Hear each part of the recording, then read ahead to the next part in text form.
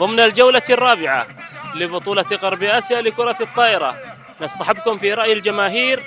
والله اليوم كمستوى في تطور عن المباراة الأولى، يعني نادي سحار بدل الانسجام الفريق تحسن ملحوظ للنادي، خصوصا ان بدل الانسجام يتكون مع الفريق واعطى زخم معنوي جدا، لكن اتمنى انهم يقللوا من الاخطاء ويستغلوا الوضع اللي فيه الفريق العربي.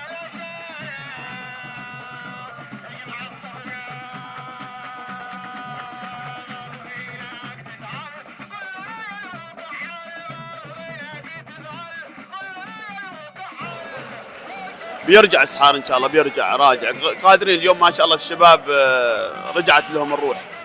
اعتقد ان المباراه الماضيه كانت عندهم ارهاق، فان شاء الله اليوم قادرين ان شاء الله باذن الله. والله الاسباب الفارق الفني بالاسماء اللي معنا، طبعا قيمتها الفنيه اقل من الفريق العربي، مع احترامنا لكل الاسماء ونحن نحفزهم ونحن معاهم سواء فاز ولا خسر، لكن اهم شيء ان احنا نشوف اليوم في لعب، في الفريق يؤدي مستوى طيب مع فريق قوي. طبعا الخصم معروف الفريق العربي. والله النتيجة إن شاء الله بتكون من صالح السيب، أتوقعها يعني تروح لين 5 أشواط، لكن نتمنى السيب إن شاء الله يتوفق في هاي المباراة.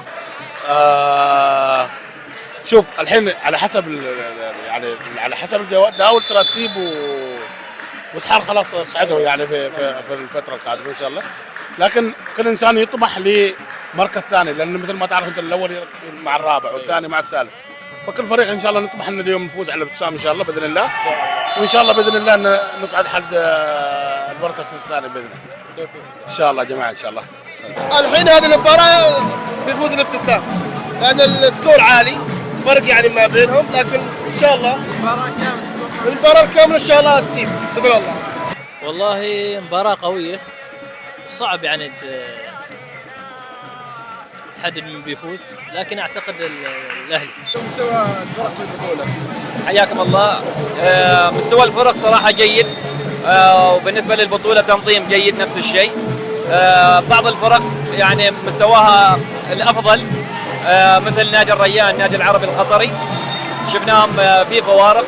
البطوله والله بطوله منظمه صراحه، بطوله طيبه في ولايه سحار اتحاد غرب اسيا. صراحة استمتعنا بالمباريات. الكويت متعادل مع الاهلي البحرين، توقعك المباراة؟ والله اتوقع انه بيفوز اللي هو الكويتي. والله بطولة ممتازة لحد الآن، في مستويات جيدة بين الفرق. الفرق المتنافسة أعتقد 3 لحد الآن أغلبها متميزة. باقي الفرق توقعنا منها الكثير لكن ما ذاك المستوى. الحين الريان متقدم على بنياس، توقعك النتيجة؟ الريان اعتقد يفوز بهالمباراه 3 أشواط. بنياس ما ذاك الفريق، محترفين 2 جيدين، الباقيين ما ذاك المستوى. اعتقد فوز الريان ان شاء الله. حياك الله. ايه رايك في مستوى تنظيم البطوله؟ والله ممتاز، المستوى ممتاز. مباراه الريان والله بنياس ان شاء الله. قرأت الحين متعادل مع الكويتي 1-1، تتوقع من يفوز؟ اتوقع فوز الاهلي. رايك في مستوى البطوله؟ والله بطوله ممتازه الصراحه، استمتعنا فيها. اليوم مباراه سحار ان شاء الله نتمنى لهم التوفيق باذن الله. ان شاء الله. بطوله ممتازه صراحه، فيها تنافس قوي. الريان